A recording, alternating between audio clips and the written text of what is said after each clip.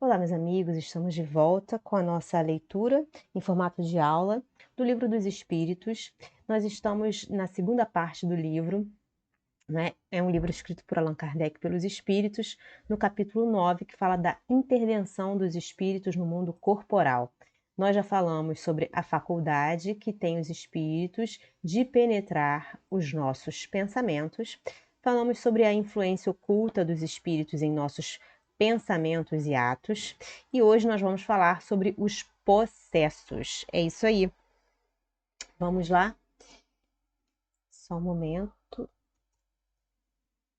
Bom, essa é a pergunta 473 do livro, né, na qual o Kardec faz perguntas sobre os possessos.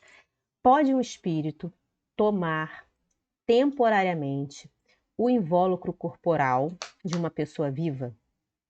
Isto é, introduzir-se num corpo animado e obrar em lugar do outro que se acha encarnado neste corpo? Então, entre outras palavras, o espírito pode possuir, um outro espírito pode possuir o corpo de uma pessoa que está encarnada? E aí, os espíritos respondem: o espírito não entra em um corpo, por exemplo, como entras numa casa. O espírito identifica-se com um espírito encarnado, cujos defeitos e qualidades sejam os mesmos que os seus, a fim de obrar conjuntamente com ele. Mas o encarnado é sempre quem atua, conforme quer, sobre a matéria de que se acha revestido. Um espírito não pode substituir-se ao que está encarnado.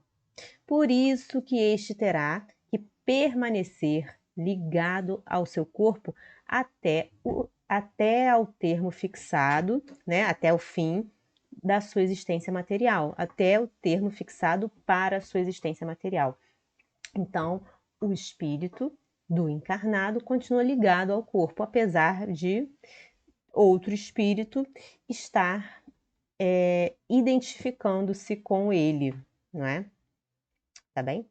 Então, a possessão seria uma identificação, basicamente. Pergunta 474.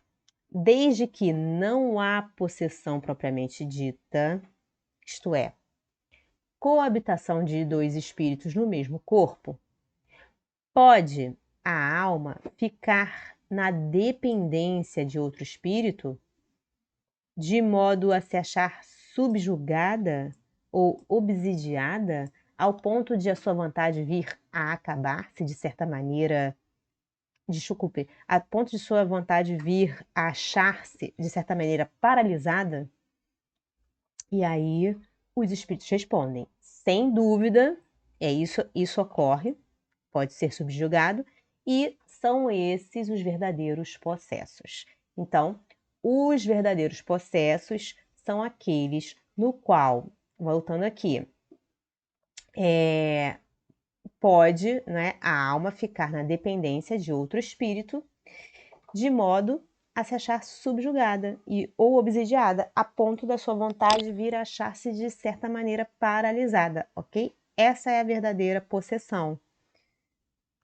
Mas, entretanto, contudo, porém, é preciso saibas que essa dominação não se efetua nunca sem que aquele que a sofre o consinta. Então, quem está sendo dominado está consentindo essa dominação.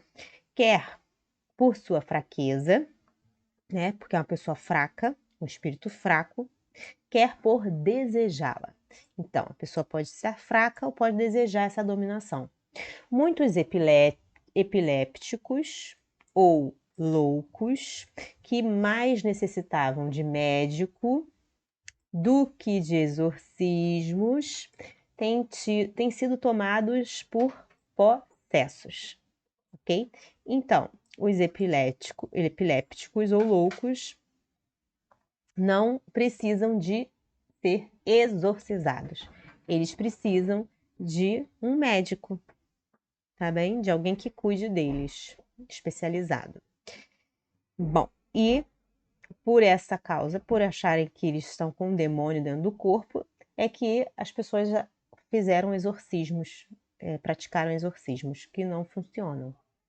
E aí, Kardec diz o seguinte: o vocábulo, a palavra possesso, na sua acepção vulgar, no que a gente entende assim normalmente, supõe a existência de demônios. Isto é, de uma categoria de seres maus por natureza, ou seja, nasceram maus, e a coabitação de um desses seres com a alma de um indivíduo no seu corpo, pois que nesse sentido não há demônios, né? A gente já sabe que não há demônios e também já sabemos que dois espíritos não podem habitar simultaneamente o mesmo corpo, não há possessos na conformidade da ideia a que esta palavra se acha associada. Então, não há possessos desse tipo, né? Dessa acepção vulgar, nessa concepção, dessa forma. O termo possesso só se deve admitir como exprimindo o quê? A dependência absoluta em que uma alma pode achar-se com relação a espíritos imperfeitos que a subjuguem. Pergunta 475. Pode alguém, por si mesmo, afastar os maus espíritos e libertar-se da dominação deles? E aí os espíritos respondem: sempre é possível. A quem quer que seja, não importa a pessoa, afastar, né, ou retirar, subtrair-se a um jugo, libertar-se, desde que com vontade firme o queira. Se a pessoa quiser mesmo, ela consegue. Pergunta 476. Mas não pode acontecer que a fascinação exercida pelo mau espírito seja de tal ordem que o subjugado não a perceba? Sendo assim, poderá uma terceira pessoa fazer que cesse a sujeição da outra? E nesse caso, qual deve ser a condição dessa terceira pessoa? A resposta é a seguinte: sendo essa terceira pessoa um homem de bem, a sua vontade poderá ter eficácia desde que apele para o concurso dos bons espíritos. Porque quanto mais digna for a pessoa, tanto maior poder terá sobre os espíritos imperfeitos, para afastá-los e sobre os bons para os atrair. Todavia, nada poderá, se o que estiver subjugado não lhe prestar o seu concurso. Há pessoas a quem agrada uma dependência que lhes lisonjeia os gostos e os desejos. Qualquer, porém, que seja o caso, aquele que não tiver puro o coração, nenhuma influência exercerá. Os bons espíritos não lhe atendem ao chamado e os maus não o temem. Pergunta 477. As fórmulas de exorcismo têm qualquer eficácia sobre os maus espíritos? E a resposta é não. Estes últimos, ou seja, os maus espíritos, riem e se obstinam, né? Eles querem mais quando vem alguém tomar isso a sério. Pergunta 478. Pessoas animadas de boas intenções e que, nada obstante, não deixam de ser obsidiadas. Qual então o melhor meio de nos livrarmos dos espíritos obsessores? Resposta: cansar-lhes a paciência. Nenhum valor lhes dar as sugestões, mostrar-lhes que perdem o tempo. Em vendo que nada conseguem, afastam-se. Pergunta 479. A prece é meio eficiente para a cura da obsessão? Resposta: a prece é em tudo um poderoso auxílio, mas crede que não basta que alguém murmure algumas palavras para que obtenha o que deseja. Deus assiste os que obram, os que trabalham, não os que se limitam a pedir. É, pois, indispensável que o obsidiado faça por sua parte o que se torne necessário para destruir em si mesmo a causa da atração dos maus espíritos. Pergunta 480. Que se deve pensar da expulsão dos demônios mencionada no Evangelho? Resposta: depende da interpretação que se lhe dê. Se chamais demônio ao mau espírito que subjugue um indivíduo, desde que se lhe destrua a influência, ele terá sido verdadeiramente expulso. Se ao demônio atribuirdes a causa de uma enfermidade, quando a houverdes curado, direis com acerto que expulsastes o demônio. Uma coisa pode ser verdadeira ou falsa, conforme o sentido que empresteis às palavras. As maiores verdades estão sujeitas a parecer absurdos, uma vez que se atenda apenas à forma, ou que se considere como realidade a alegoria. Compreendei bem isto e não o esqueçais nunca, pois que se presta a uma